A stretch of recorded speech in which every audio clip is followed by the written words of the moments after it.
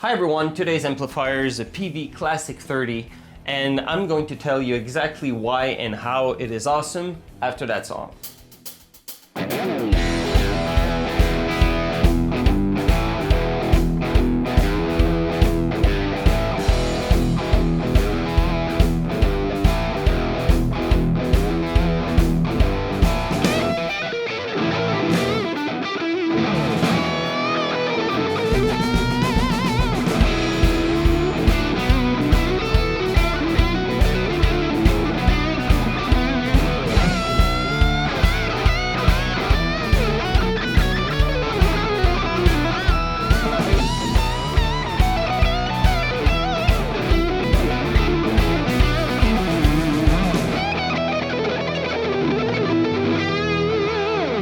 So you guys have just heard a song played with the exact same settings and the same overdrive for the lead. That was a Mojo from TC Electronics.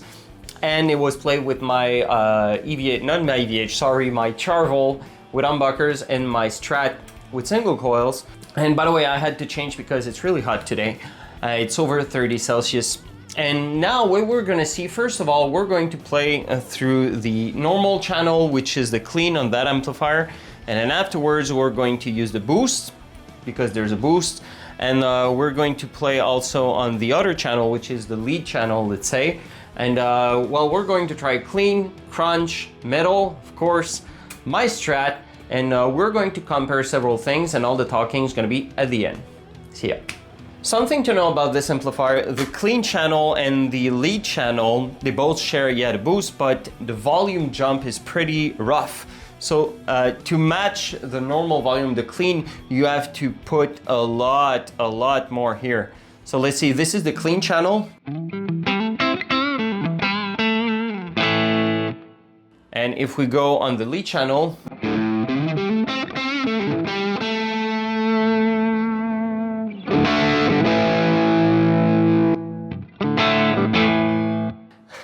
on post, we're next to 3 o'clock, and on this one we're at 10 o'clock. So you have to gauge with that. So this is going to be the normal channel. So you reach max volume around 8.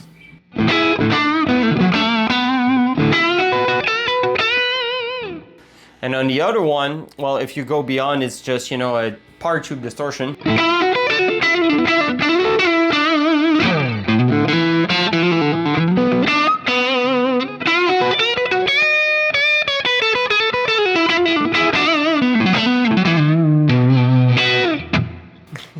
Which is awesome on that amplifier.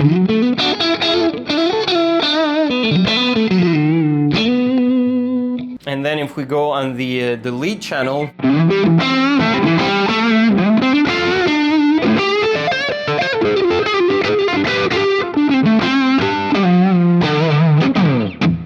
this is where you get all the meat and bones. This is where you get that fat sound for your Strat.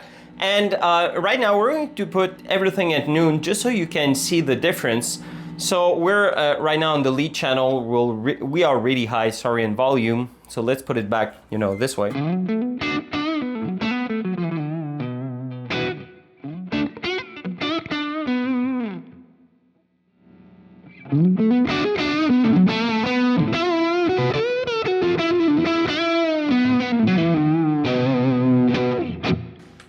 So if we max the pre, which is gain, so if we max it, this is what we get.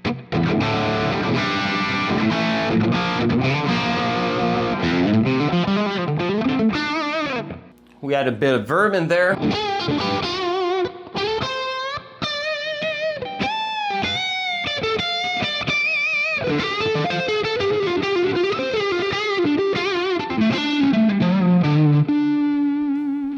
This is, I would say, something I like a bit less on the amplifier, is that the middle range is kind of honky, you know, it's and as of the treble, it gets harsh pretty bad. So if there's a modification I would recommend, would probably be that, if somebody knows how to do it, of course. So this is the boost. It's really a big, fat, mid boost. I'm not quite sure I like it though, but I can see why it would be useful, because if we dial back the gain a bit, and so that would be without boost. Let's say this is without boost. So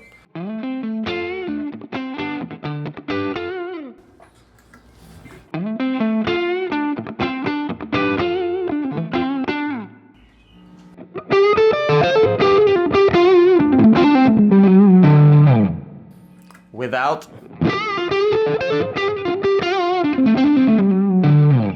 But I prefer with, and let's just put an overdrive. This is a super overdrive from Boss.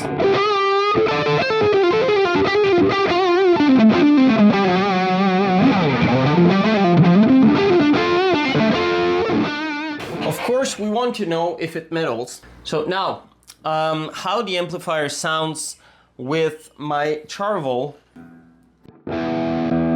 So this is the normal channel, which gets hot pretty quick with this guitar.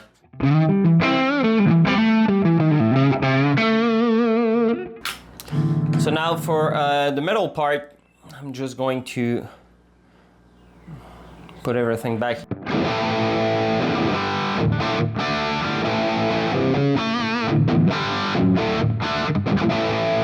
As you can see, it's still present, this and it's kind of emphasized by the mid button here, but not that much.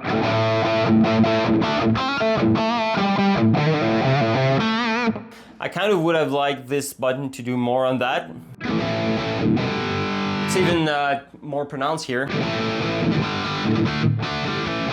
Bass-wise, gets pretty, you know, boomy pretty quick. And treble is harsh on that amplifier. Treble is harsh. But not enough, kind of, you know, feels like something's missing, so. This is where I put it. So if we put a bit of verb, and pre's on 12 right now. And this is the amplifier playing really dirty with this guitar.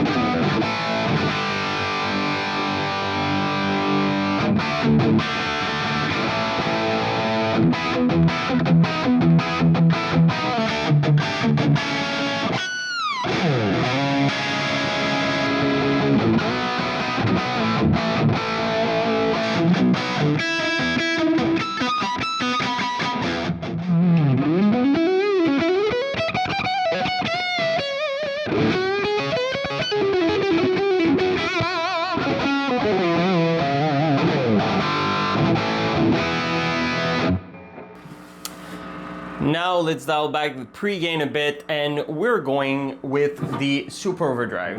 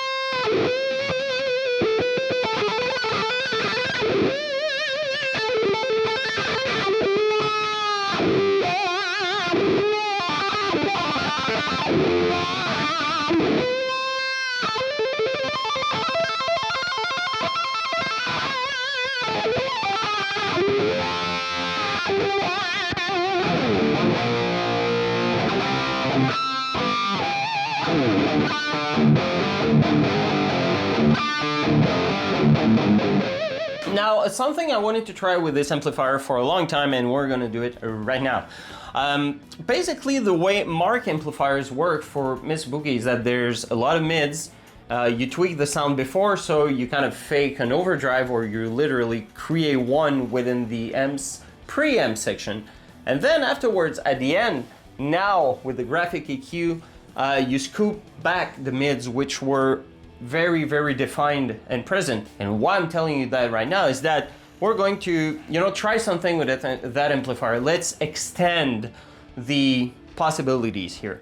Let's say that this amplifier with the boost mode on is really MIDI. We're going to put my SD1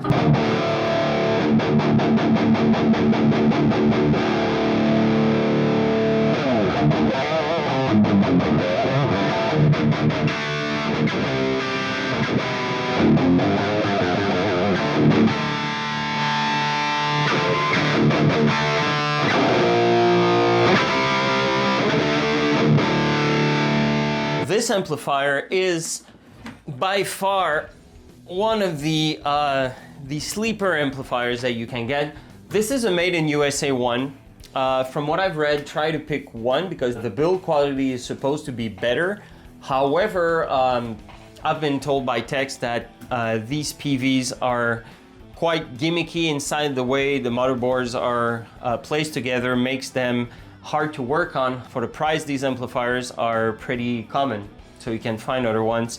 Maybe not after this video because people will rush to buy them, but this amplifier has 30 watts. It can do clean, crunch, and even metal. Now, we've been plugged in my Fryette power station all along.